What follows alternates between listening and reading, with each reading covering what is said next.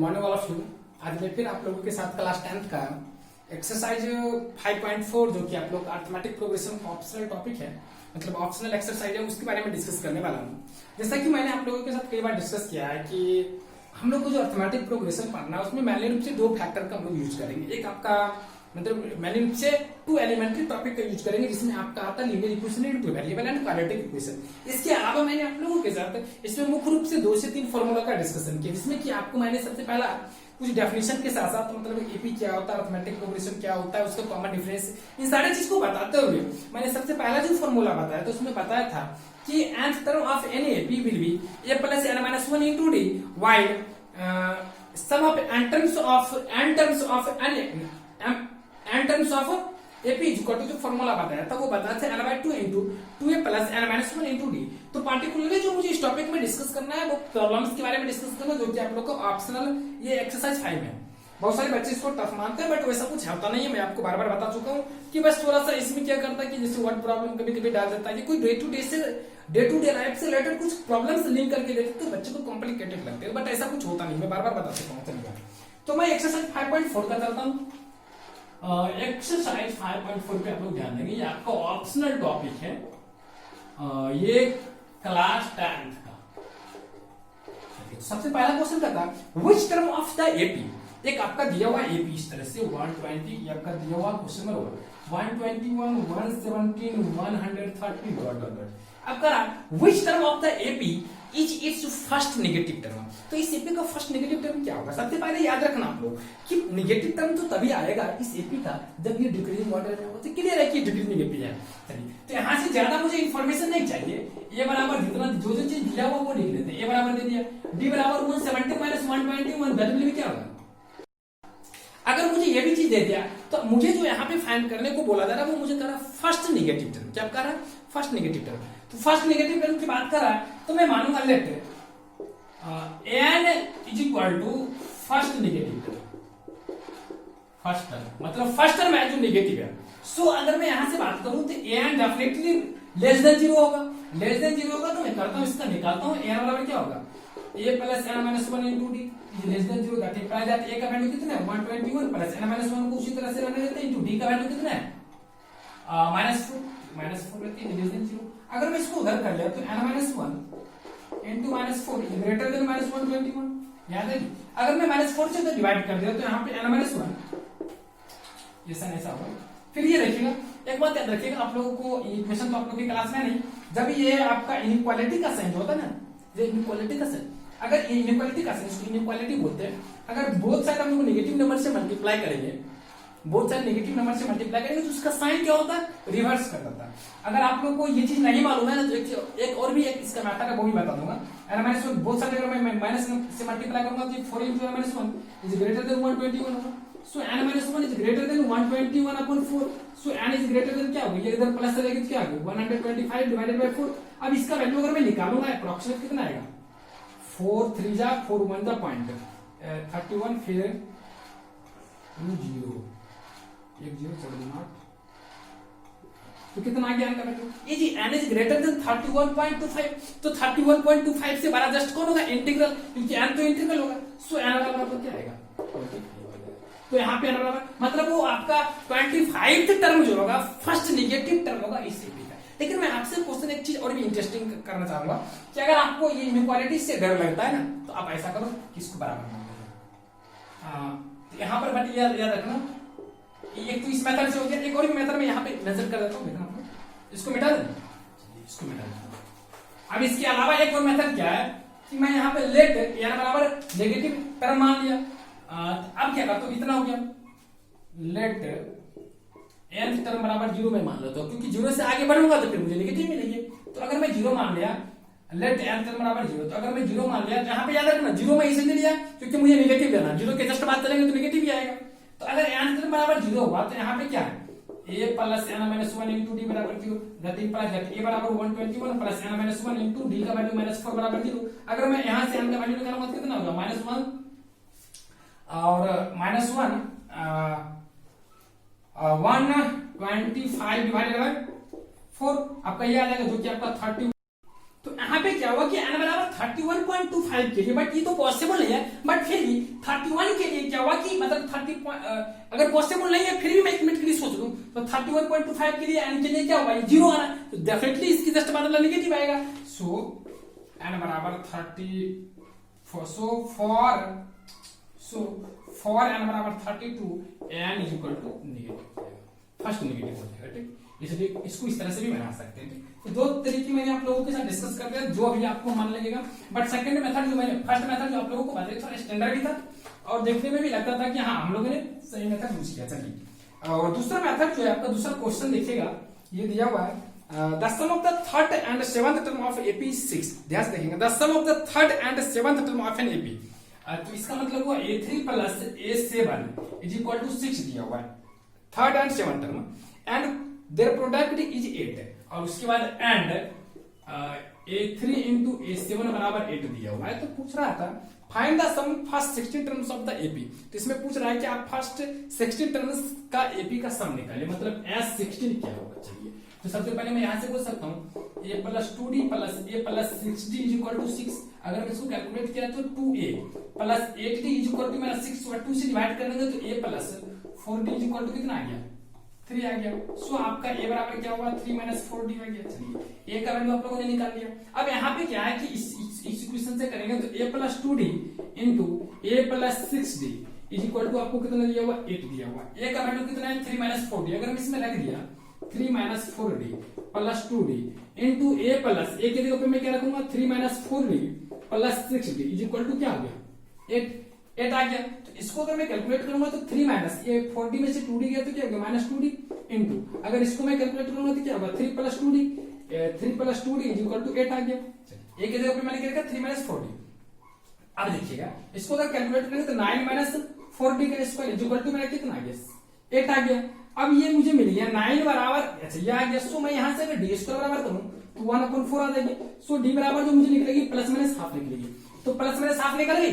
अब plus minus half आ गई। सो मैं अगर मैं डी बराबर हाफ ले लिया तो मेरा ये बराबर क्या आएगा, 3 माइनस 4/2, तो इस केस में मेरी कितनी आ जाएगी, 1 आ जाएगी। अगर मैं डी को माइनस हाफ ले लिया तो इस केस में मेरा क्या होगा, 3 माइनस माइनस प्लस हाफ, मतलब 4 इंटू हाफ, तो ये कितना आ जाएगी, 3 प्लस 2 5 आ जाएगी। तो मुझे क्या हुआ कि एक दो केसेस में मुझे दो डी के लिए मतलब दो डिफरेंट कॉमन डिफरेंस के लिए मुझे एक का दो अलग अलग वैल्यू निकल गया। अगर हम लोगों ने ये चीज ऑब्टेन कर लिया तो ध्यान रखना हम लोगों को क्या करना है। तो अब मैं पॉजिटिव केस में करता हूं। तो अगर मेरा ए बराबर आपका कितना आया था, पहला केस 1, इफ ए बराबर 1 डी बराबर हाफ, तो आपसे पूछ रहा था S16, तो S16 बराबर क्या बोल सकते हैं, 16/2 into 2a plus n-1 that means 15 into D का वैल्यू हाफ। इसको आप लोग कैलकुलेट कर लेंगे, जो भी आएगा आपका आंसर हो जाएगा। फिर दूसरा केस लेते हैं हम लोग कि अगर आपका इफ ए बराबर अगर मैं ले लिया आपका कितना 5, तो मैं ए का वैल्यू अगर 5 ले लिया, डी का वैल्यू आपका माइनस हाफ ले लिया, तो इस केस में अगर मैं S16 निकाला तो क्या होगा, 16/2 इंटू 2a मतलब 10 plus n-1 that means 15 into D का वैल्यू कितना माइनस हाफ। अब इसको आप लोग कैलकुलेट कर लोगे, जो भी आएगा वही आंसर मिलेगा। तो इस तरह से हम लोगों ने इसका कहानी खत्म कर लिया। चलिए ये क्वेश्चन नंबर 2 भी हो गया, find the sum first 16 terms of an AP. इस तरह से हम लोग निकाल लिए। अब देखिए ये जो हो गया, आप लोगों ने अगर इसको कैलकुलेट कर लिया तो देखिएगा दूसरा क्वेश्चन। अब जो दूसरा ये क्वेश्चन नंबर 2 हो गया, तो हम लोग चलते हैं क्वेश्चन नंबर 3 की तरफ।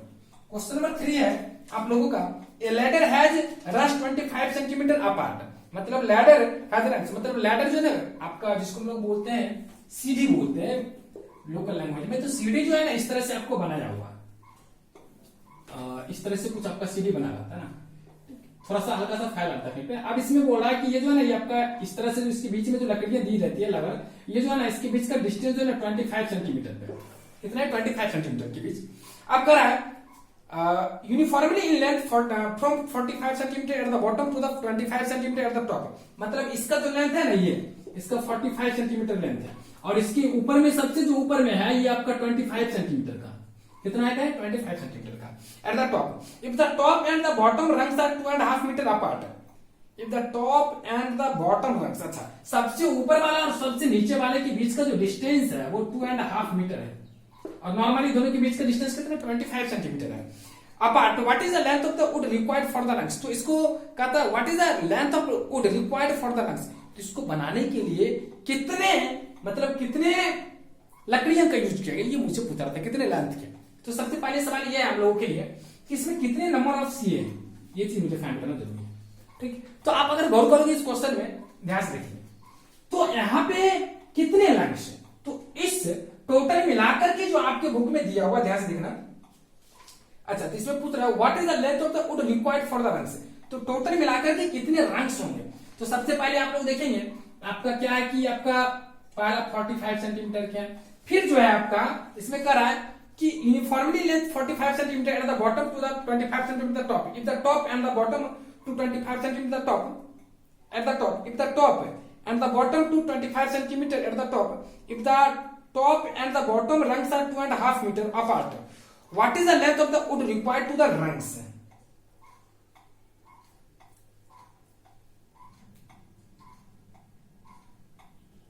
चलिए, तो आप अगर देखते हैं तो पहला में आपका 45 सेंटीमीटर का है, दूसरा में आपका कितना, मतलब ये जो आपका पहला जो आपका रंग से वो आप मतलब ये जो लैडर का जो लकड़ी यहाँ फर्स्ट स्टेप में हम लोगों ने यूज किया वो कितना सेंटीमीटर का, 45 सेंटीमीटर का।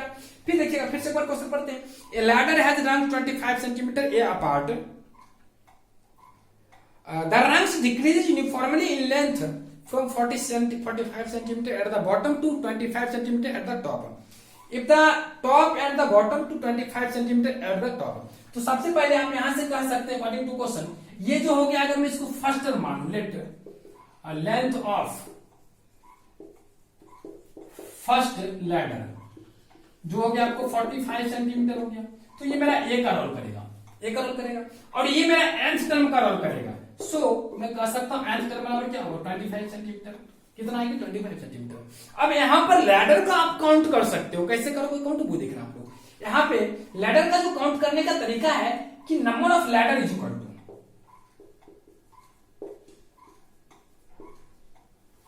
ये आपका ए निकल गया और ये मतलब क्या फर्स्ट टर्म निकल गया ए और आपका एन निकल गया। अब नंबर ऑफ लैडर की जो बात है वो आपका कितना होगा, वो अगर मैं कहूंगा तो आपका टोटल का टोटल देखिएगा ये, तो यहाँ पे क्या है कि ये जो डिस्टेंस है कितना है 5/2 की यूनिट पे है, तो अगर ये 5/2 की यूनिट पे है तो देखिएगा पहला 45 है, ये फिर ये डिक्रीज करते गया और ये कितने डिस्टेंस के कितने 25 सेंटीमीटर के डिस्टेंस पे सारा। तो नंबर ऑफ लैडर को हम लोग इजीली फाइंड कर सकते हैं, वो आपको कैसे करेंगे देखिएगा आप लोग 1 मिनट का। तो मैं यहाँ पे सबसे पहले नंबर ऑफ लैडर को फाइंड कर सकता हूँ कैसे, तो यहाँ पे जो नंबर ऑफ लैडर होगा वो क्या होगा 250 डिवाइडेड बाई, क्योंकि देखिए 250 जो आपका ये कितना है टोटल का टोटल डिस्टेंस कितना है 2 5/2 है, और आपका 2 के बीच में कितना है 25, ये 5/2 मीटर है, क्या है 5/2 मीटर है, जबकि आपका ये जो है आपका इस दोनों के बीच का कितना है, दो कंटिन्यू लैडर के बीच का कितना डिफरेंस है 25 सेंटीमीटर। तो इस 25 से अगर मैं डिवाइड कर दिया 250 डिवाइडेड बाय 5 और +1, इससे अगर मैं डिवाइड कर दूंगा तो मतलब अगर 1 ऐड कर दिया तो आपका टोटल नंबर ऑफ लैडर निकल जाएगा। आप छोटी सी एग्जांपल लेकर देख सकते हैं कि तीनों के बीच में अगर यहां से यहां तक के बीच का डिफरेंस इतना का है और इस दो के बीच का डिफरेंस इतना है तो कितना नंबर ऑफ लैडर होगा। तो आप इससे 2-3 एग्जांपल लेकर समझ सकते हैं आराम से। तो ये आपका कितना आ जाएगा 11 आ जाएगा। अब 11 आ जाएगा तो आप आराम से पूछ सकते हो सिंस a + n-1 * d बराबर 11 आ गया, सॉरी n-1 d बराबर कितना है 45 दिया हुआ है, और उसके बाद आप लोग जानते हैं सॉरी 45 नहीं है आपका 25 है, और आप a का वैल्यू ऑलरेडी जानते हैं 45 प्लस n-1 आपका कितना दिया हुआ 11 n का वैल्यू निकला था 11 - 1 दैट 10 * d बराबर कितना आ गया 25। सो आप अगर d का वैल्यू निकालोगे तो कितना आएगा, ये इधर चले जाएगी जो कि -20 आ जाएगा -20। तो यहाँ पे 10 d बराबर कितना आ गया -20, तो d बराबर कितना आ जाएगा -2। तो d का वैल्यू -2 आ गया और आपका n का वैल्यू 11 आ गया, फर्स्ट टर्म a बराबर आपका 45 आ गया। तो आपसे क्वेश्चन में क्या कर रहा है what is the length of would required for the rungs, मतलब टोटल लेंथ पूछ रहा है। तो आप आराम से इसको क्या कर सकते हो, इसको मिटा ले देखिएगा आप लोग। तो आराम से हम लोग क्या करेंगे, सो s आपको 15 पूछ रहा है, सॉरी s11 पूछ रहा है, नंबर ऑफ s11 और क्या हो गया 11/2 इनटू फर्स्ट टर्म आप लोगों ने कितने निकाला था शायद 45 था, एक मिनट फिर से पढ़ ले। तो फर्स्ट टर्म आपका 45 था और आपका जो लास्ट टर्म था ऊपर वाला जो था आपका 25 सेंटीमीटर का, चलिए इसको आप लोग कैलकुलेट कर लोगे तो कितना आ जाएगा 11/2 इंटू 72 से 35 बार में 11 इंटू 35 कर लेंगे, आपका जो आएगा यही आपका सेंटीमीटर में आपका लेंथ ऑफ लेटर आ जाएगा। चलिए इस क्वेश्चन को अगर आप लोगों ने समझ लिया थर्ड नंबर, तो मैं 4 नंबर की तरफ चलता हूं। देखो क्वेश्चन नंबर 4 में आप लोगों से क्या पूछ रहा है।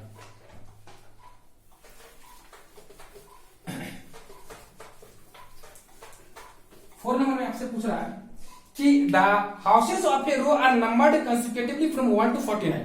मतलब यहाँ पे 4 नंबर में देखिएगा करा कुछ घर है 1 2 3 4 इस तरह से 49 तक क्यों नंबर्ड है।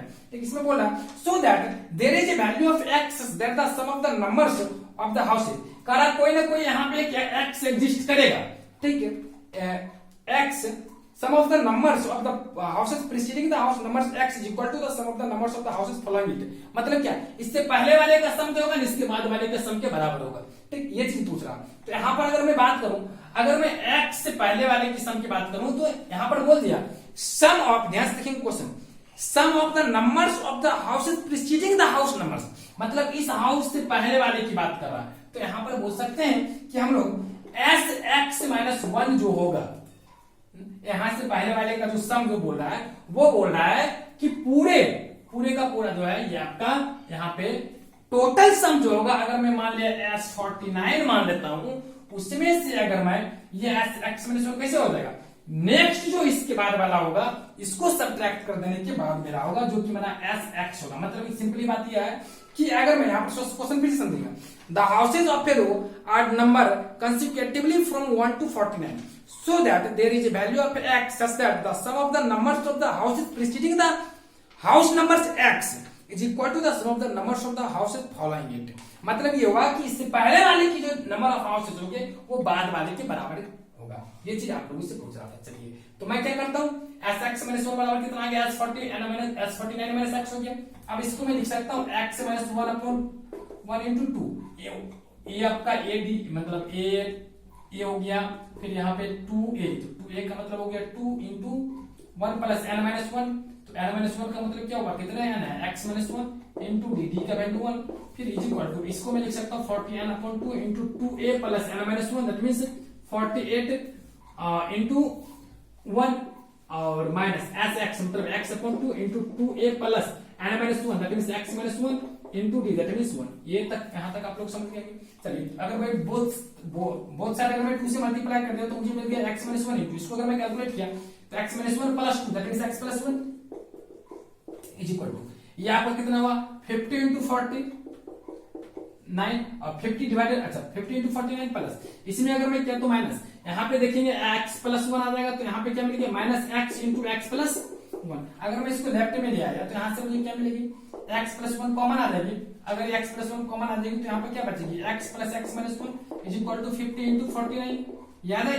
अब इसको अगर देखेंगे तो ये आपका क्या हो गया, x plus 1 into 2x minus 1 is equal to क्या हुआ 50 इंटू 49।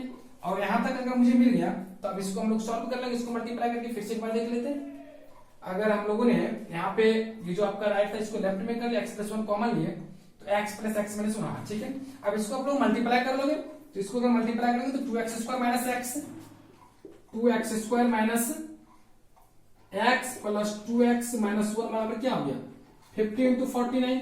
फिर से अगर इसको कैलकुलेट करोगे तो 2x² प्लस x माइनस 1, इसको अगर इधर करोगे इसको मल्टीप्लाई करके तो आ जाएगा minus 1 minus 50 into 49 is equal to 0। और आप लोग यहाँ पे इसको सॉल्व कर लोगे, x बराबर जो मैंने क्वाड्रेटिक क्वेश्चन का फॉर्मूला बताया है उसको यहाँ पे यूज कर लेंगे और x का वैल्यू आप लोग फाइंड कर लोगे। तो इस तरह से आप लोग इसको आराम से बना सकते हो। देख लीजिए आप लोग कैसे बनाए हम लोगों ने, बस सिंपल सा क्वेश्चन है कि